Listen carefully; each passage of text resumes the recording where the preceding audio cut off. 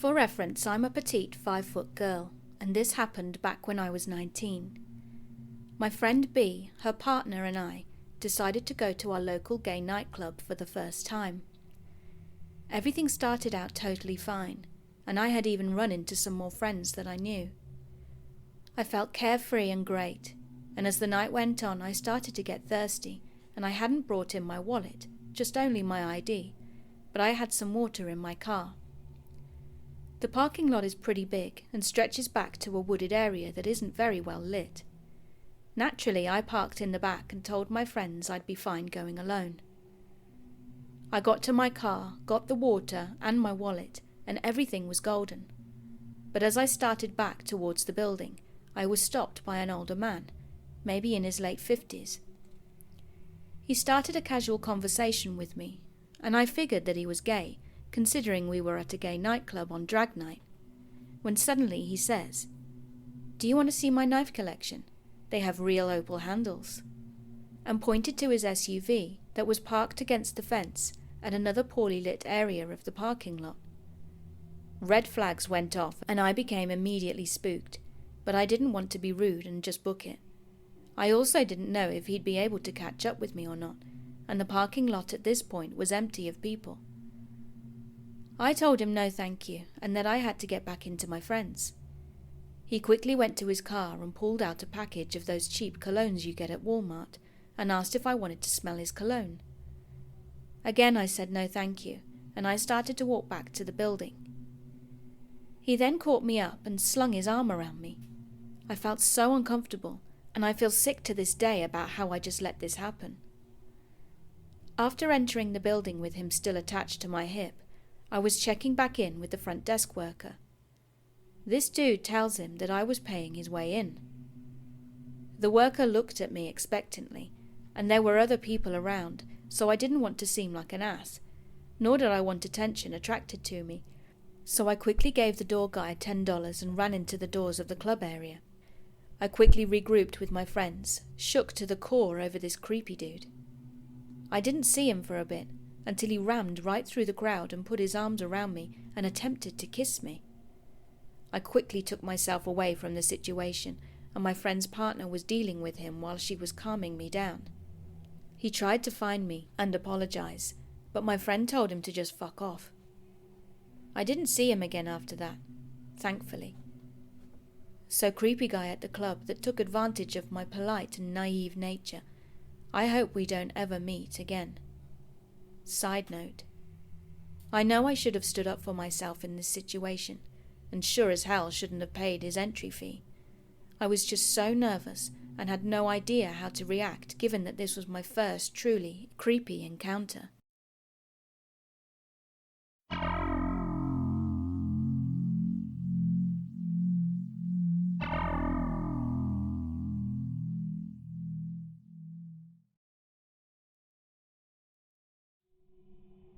I was 20 at the time, single and ready to mingle. I was studying at a school about 28 minutes away from my house, and of course I was on Tinder. Now I have dated some older men. I'm attracted to them. So my setting on Tinder for males was always aged 25 to 40. I swiped right on a guy who looked decent enough, and he was 36. We match and he began to message me. We go through a day or two of messaging, and I explain that I am really just looking for a fuck buddy. He had his own apartment that was about 2-minute walk from my school. Perfect. We added each other on Snapchat and Insta, and once he'd taken a look through all my pictures, the tone of his messages became strange. He started to message me stuff on Snapchat like, "You're so beautiful. I want to hold you in my arms. You're like an angel." Now, mind you, we have never met. Once he'd started messaging me like this, I realized that he's not my type. I don't need someone like that. I started to leave him on read and I ignored his messages. The next weekend I was going to a wedding. I was all dressed up, and of course I posted a few pictures to my story, which he immediately started commenting on, saying things like, "Oh my God, you're beautiful. I miss your touch. I want to feel you in my arms." I ignored him, had a good time at the wedding, and right before the wedding started, I popped an edible. By the time I got home, it was midnight, and I was very, very high and very, very sleepy, as I'd worked earlier that day and hadn't napped in between. I got into bed and started to go through my phone. I live with my family and everyone was asleep. Then I start getting these messages from this guy again, and I'm so high and tired that after reading them I give brief responses and say, "Oh, thanks." Then he messages me saying he thinks he's going to come to my city where I live, tonight, which is 30 minutes away from his apartment. I respond by saying, "LOL, that's weird, don't do that," obviously thinking that he was joking. Then he says, "I want to breathe the same air as you. I want to feel you. I want to breathe with you." I begin to freak out now. He then sends me a message that reads, "Be there soon, babe." I'm super scared now, because I live with my family, and I didn't want anything weird happening. Then all of a sudden I remember that my Snap Map location is on. I go into my map, and I see my little Bitmoji in her cute outfit sitting at my house. I quickly turn myself onto ghost mode when I see his little Bitmoji, and it's getting closer and closer to my city. I somehow convinced myself that he was joking, and he was probably on his way to another city near mine, but he's getting closer and closer. It's 1:30 a.m. in the morning now, and for the first time in years I begin to pray. 10 minutes later I check the Snap Map again. Now even if you are in ghost mode, you can see if you are sharing locations with someone, although the other person can't. When I looked at my map, I was sharing my location with him. He was right outside my house. I looked out of my window and there was a car with its lights on. At this point I am so freaked out. My heart is inside my throat, my anxiety is through the roof, and I'm still high. I end up passing out and falling asleep. I wake up in the morning scared. I check my phone and he had sent a few messages saying, "You have a beautiful street, baby, a beautiful home. Have a good night, baby." I go into my mum's room to ensure that nothing had happened, and she was fine. Later on I went to work. After work had finished, I went to the police station and spoke to them, but they said they couldn't do anything unless he tried to come over again, and that's when I would call the police. So I went home, and for a few days I received no messages. Then at 5 a.m. on the following Tuesday I got one. "Even though I drove all the way to your home to breathe the same air as you, you have still not messaged me. I am not as desperate as I seem. If you ever want this dick up until the balls, let me know." Since then I've heard from him once or twice, but eventually I blocked him. I didn't block him from the start because he knew where my house was. I was scared that if he couldn't get a hold of me on my phone, then he would just show up. So, creepy asshole who showed up at my house in the middle of the night, let's not meet.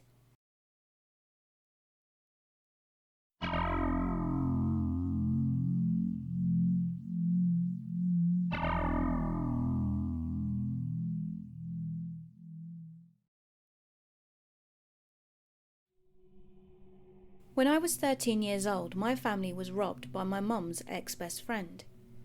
They, before robbing us, had broken in multiple times. One time, though, they'd left the front door open.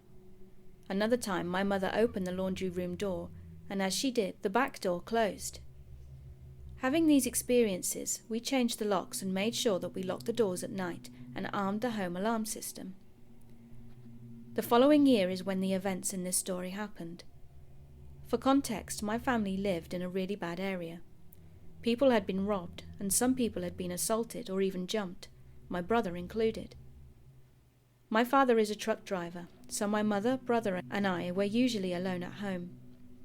My mum is someone who really enjoys watching the ID channel on TV. In fact, my town was once featured on one of the ID channel shows. Our town has such a high crime rate that a human trafficking ring was busted here, and my mum's ex-best friend knew someone that was busted. This city I live in is the most dangerous city in the county, and just yesterday we drove past a car dump. Earlier in the year also, we've had to call the cops twice, once because we heard someone in the backyard, and another because we heard gunshots. One night my brother was asleep in the living room. I was in my room, and my mother was in her bedroom. It was 1 a.m. and I was on my phone as I suffer from insomnia. Suddenly I heard the doorbell ring frantically. Now my mum is a light sleeper, so she got up straight away and went to the front door. She looked through the peephole of the door as I was walking out. She was having to stand on tiptoes to look out as she's only 5 foot tall. She was speaking to some guy that was on the other side of the door. I could hear a muffled guy's voice say, "My car broke down and I need to use your phone." My mum cleverly replied, "I'm sorry, I don't have a phone." She grabbed her phone after saying that, and the man insisted and tried to open the door. Then he got angry because it was locked and started shouting. I went to my brother and woke him up and told him to be quiet as we ran through the bathroom. My mum eventually joined us, and we hid in the bathroom and held onto each other tightly. It felt like a lifetime in that bathroom. My mother was on the phone with 911 the entire time we were in there, and I was making sure my brother remained quiet. My mum told the cops to make sure she knew it was them when she heard them knocking. Then talking to the cops when they'd arrived, she gave her statement. I couldn't hear it all because my brother and I were still in the bathroom together, hiding. My mum told us we could come out, and I immediately called my dad in tears. He answered, and I was crying so hard that my dad couldn't understand what I was saying, so I gave the phone to my mum. A little while later the cops came back and told my mother that they'd captured the guy my mum had described. He was playing on his phone and didn't have a car. His intentions were to probably break in and rob us, or worse. My mum watching the ID channel saved our lives. So to the man who tried to break into our house, let's not meet.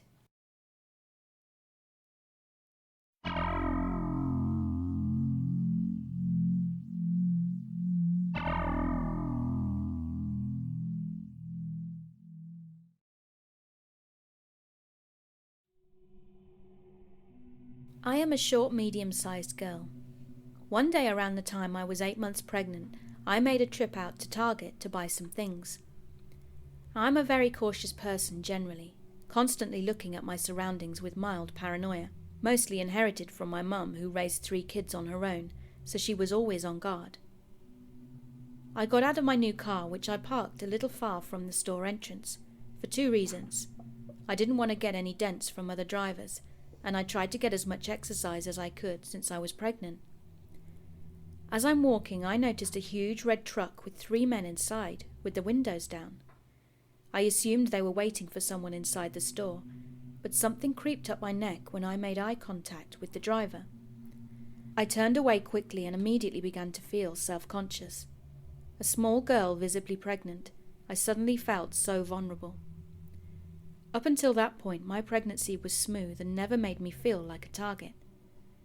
Once I'd finally gotten into the store, I felt more relaxed and went about my shopping.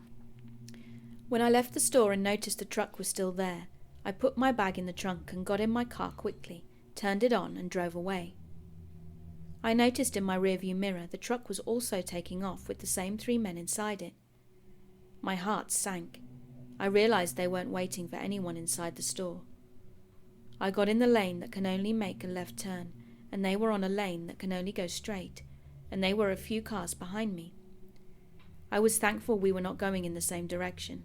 I was just being paranoid, I thought. As I passed the light and turned, I saw the red truck switch lanes into mine. I sped up to catch the next light that was turning yellow to put as much distance between them and me. I drove a little faster than usual, but I realized that even if I made it home, they could still follow me there, and I would be going to an empty house.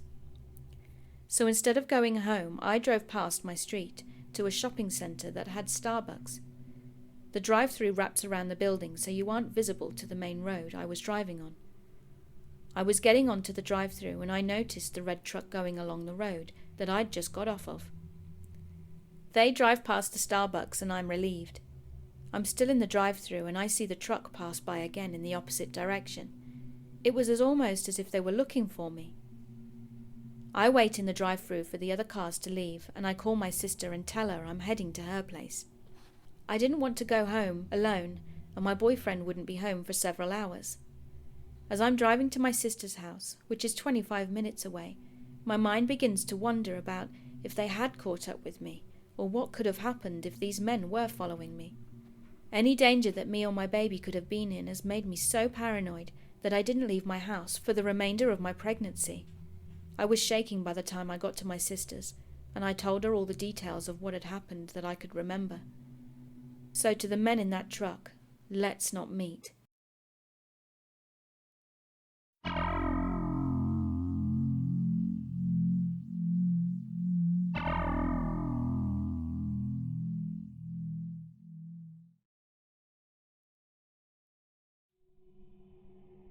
To give some background, firstly, I live in a very small town. I've lived here nearly all my life and I know it well. Secondly, I go practically everywhere with my younger cousin. She's glued to my hip. We're both teenagers, but Kay is younger. In my town, I've had plenty of creepy experiences, being followed, chased, nearly kidnapped, etc. And this is just one of those stories. My cousin Kay and I were out on our usual adventures. By that I mean walking to various dollar stores and writing our names on dumpsters. We had left the house around 6:30 p.m. It was November, so it wouldn't be long before it got dark. Once it was around 9 p.m, we decided we'd begin our walk home. It was relatively uneventful. My phone had died because we'd used up the battery playing music. Yes, we're those people. As we were about 5 blocks from home, I noticed a white truck driving past us. I didn't think much of it and took a turn up another street. It was a shortcut we used often, and it shortened that 5 blocks to 3. On this street there was a parking lot, a church and the parking area surrounding it, and a line of houses. You had to cross the road to get to each. The church was in the centre of a fork in the road, and across one road was a line of houses. On the other there was a parking lot. Past the parking lot there were more houses, all of which were fenced in but one. It was small and had an overgrown path leading into a yard without fencing.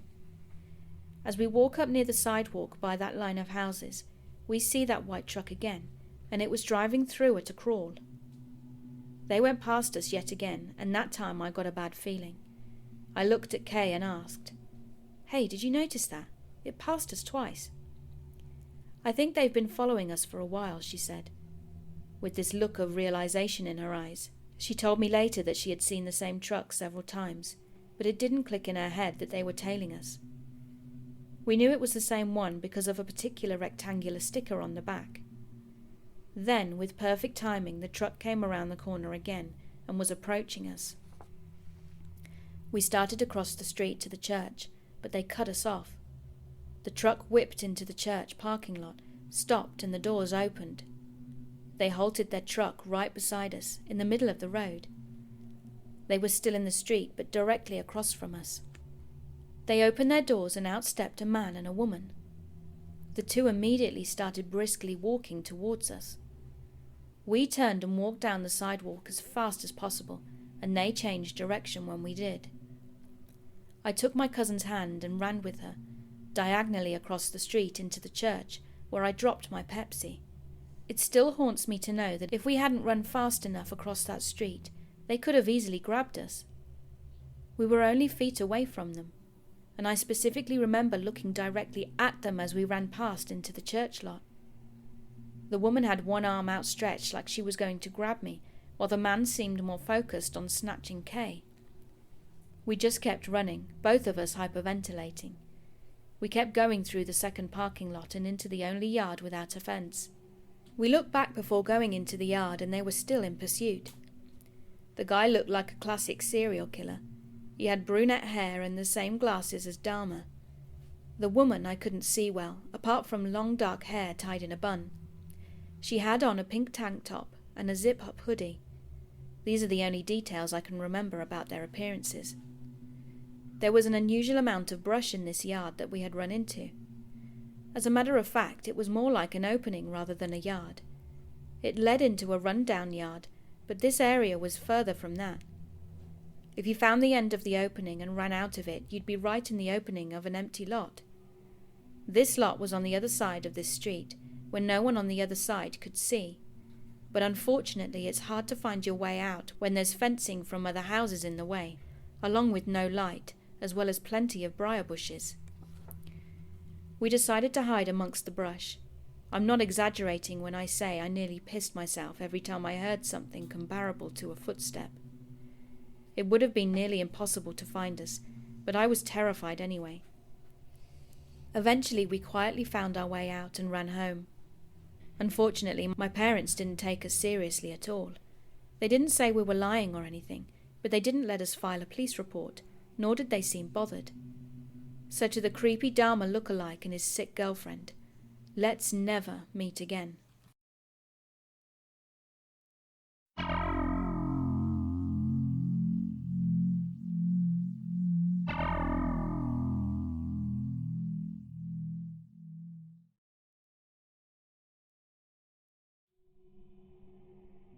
One or 2 months ago, my girlfriend and I went out to our favourite bar.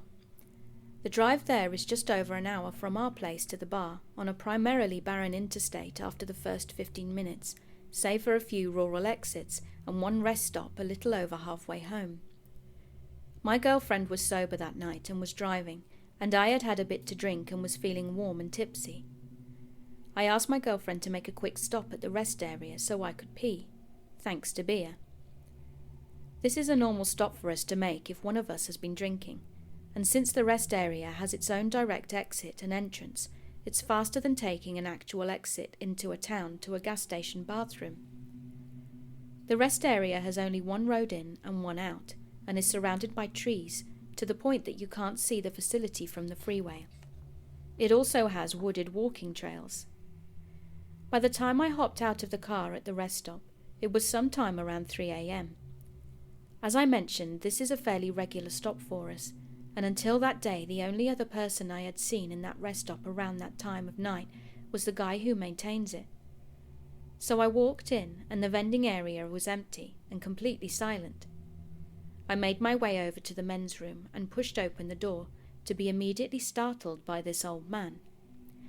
He was maybe in his mid-60s or so, and was standing immediately to the left of the door inside the bathroom. He was wearing what I can only describe as an Inspector Gadget coat and slacks.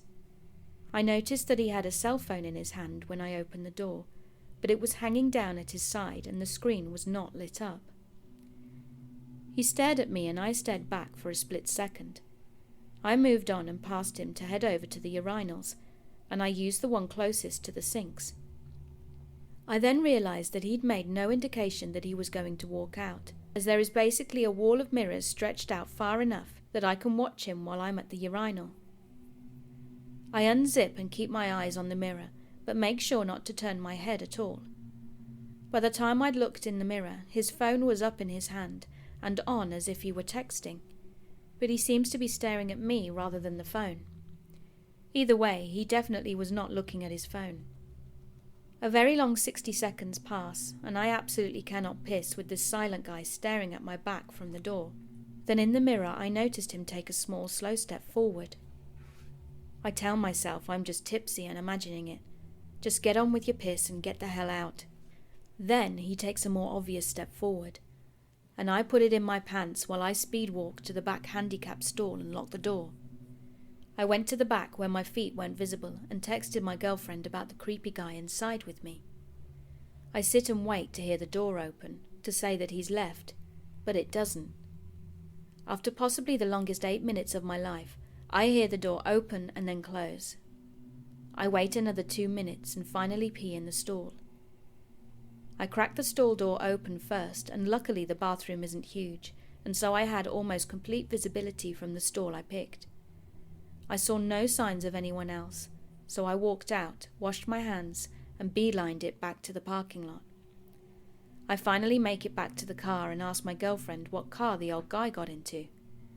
She turned to me wide-eyed and said, "He didn't get into one, he just walked across the parking lot and went into the tree line."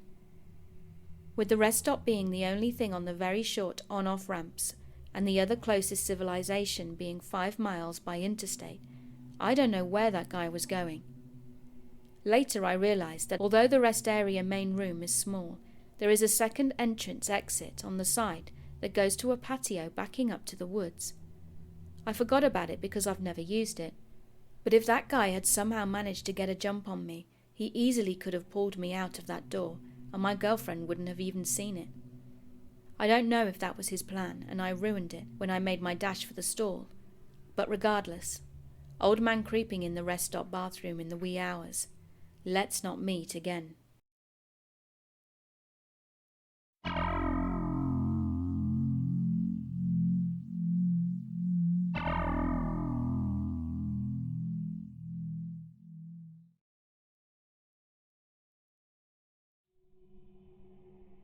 I just want to start off by saying that to make this story easier to understand, I'm going to use a lot of dialogue. Obviously this wasn't recorded, so these aren't the exact words of anyone involved in this experience. I'm just trying to tell it as best as possible, and I think it'll benefit us both if I use a lot of quotes. Just keep in mind most of it is not direct. This happened in 2015 when I was 16 and still living in my hometown, a forgotten little beach town in the middle of nowhere that's so remote it's probably not even known by surrounding areas. Basically, there's 3 things you can do there as a teenager. Go to the movies, swim, or go to this pathetic little place called Miller's Fun Park. It's relatively similar to a lot of fun park type things, only a whole lot worse. There's a crappy arcade with broken skee-ball machines, batting cages that probably haven't even been used since the early 80s, a pathetic mini golf course, and the most dangerous go-karts you've probably ever seen in your life. Seriously. Miller's Fun Park is on the edge of a field. On the opposite side of the field, about 3 miles down, is the beach, and across the single street are some woods. If our town is in the middle of nowhere, Miller's is practically on the moon. Anyway, getting into the story, my cousin Emma and I decided one summer night that we wanted to go go-karting. It was around 10 p.m, so we knew it'd be almost deserted, but that was the way we liked it. I picked her up from our house and we made the long drive down. Once we had arrived and parked in the nearly empty lot, we hopped out of the car and paid for some go-karting tickets. The same people had worked there forever, I swear to God. There was no one there except for a few boys in the arcade, and a guy who looked to be in his 60s, sitting on a bench near the batting cages. Emma and I paid him no mind and went to the go-kart track. Like I said, these karts were incredibly dangerous, so I was focused on nothing but making sure I wasn't going to skid and flip as we raced way too fast around the windy track. This is why I didn't notice the guy walking over to the fence, and why I didn't notice him watching us until he pulled into the lanes after our last lap. He was standing on the other side of the fence, right where I parked. He stared at me with the most unsettling expression, a creepy smile playing on his cracked lips as his dark eyes gleamed. I managed an uneasy smile back, handed another ticket to the guy running the go-karts, who was obviously higher than a kite, and Emma and I went off again. This time I couldn't focus. The dude gave me the worst type of feeling. My eyes were constantly finding their way to the metal fence where he stood, unmoving and watching us every time we were in his view. And the thing that was bothering me the most was we had only bought 3 tickets. We were on our second to last run, and he was standing directly next to the exit gate. I was just praying he'd move before we were done. But of course, no such luck. Our last go came and went, and I had no choice but to pull in next to him, unbuckle my seatbelt, and get out of my go-kart. I glanced over at Emma a few feet away as I opened the exit gate to see if she was as scared as I was, but she didn't seem to notice as she bounced over and bragged about how she beat me the last 2 times. I was barely listening. I opened the gate and the guy stepped in front of me just as I was leaving. "Hey there," he said. His voice was dry and he smelled of cigarettes. "What are you cute girls doing all alone here?" My eyes darted over to Emma, who was looking at the dude with both confusion and annoyance. What?" she said, pushing past the gate so she stood beside me. "It's so late." His tone was as hungry as his eyes, and he reminded me of a snake. "Do your parents know you're out?" "Yes," I answered quickly. "They're waiting for us, actually. We need to get going." This was a lie and probably sounded like it from my tone, but I tried to push past him anyway. It didn't work. He grabbed my shoulder to keep me in front of him. "Nonsense. I saw you girls pull up alone." My heart dropped to my stomach. He had?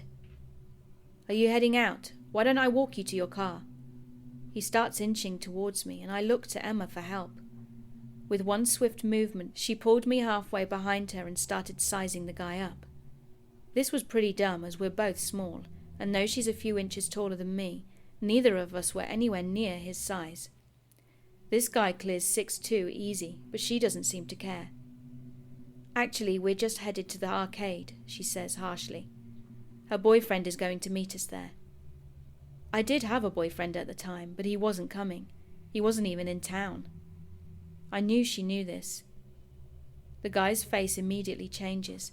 His smile disappears, and he is now glaring down at me with a look of annoyance in his eyes.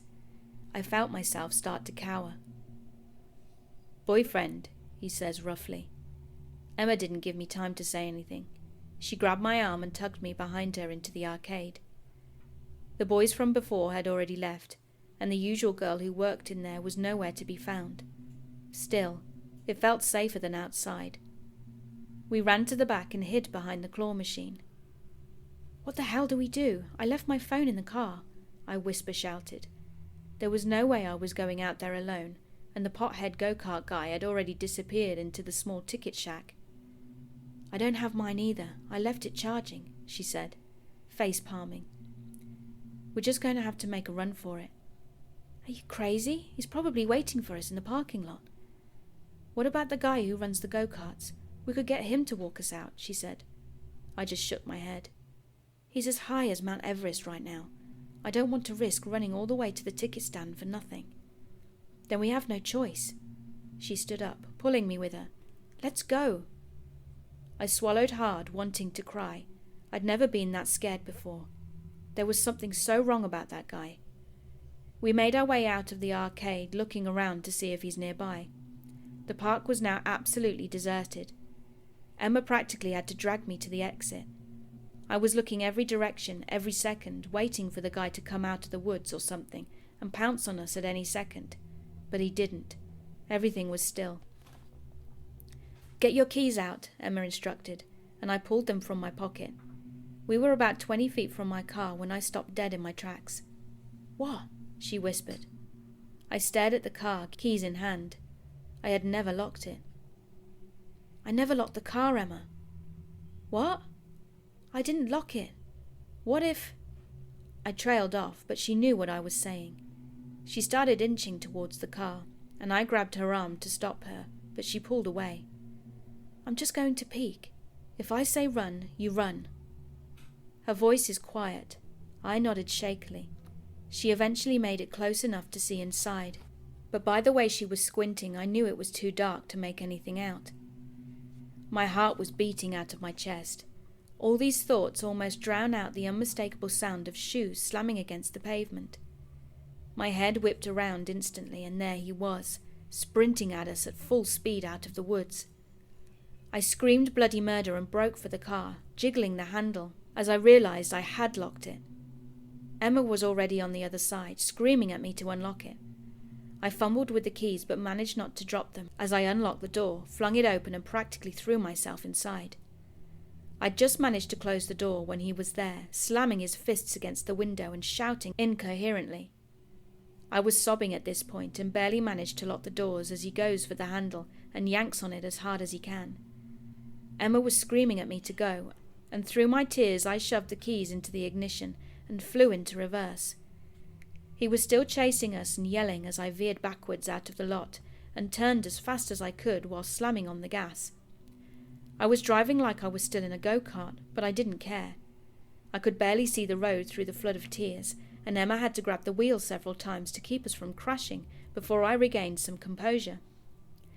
Though obviously shaken up, she'd managed to keep her tears in and be the sane one out of the two of us as we drove at least 30 miles over the speed limit and the whole way back to my house. We didn't tell either of our parents about this, and looking back I wish we had, because there was something seriously wrong with that guy. But we were too scared of what they might say or do. I think we thought they'd blame us somehow, so it stayed a secret between us, something even we didn't talk about until months after the horrifying encounter. Safe to say we never went back to Miller's Fun Park after that. I urge you all to be extremely careful when going out at night, And to the lunatic who tried to do God knows what to my cousin and I, let's never meet again.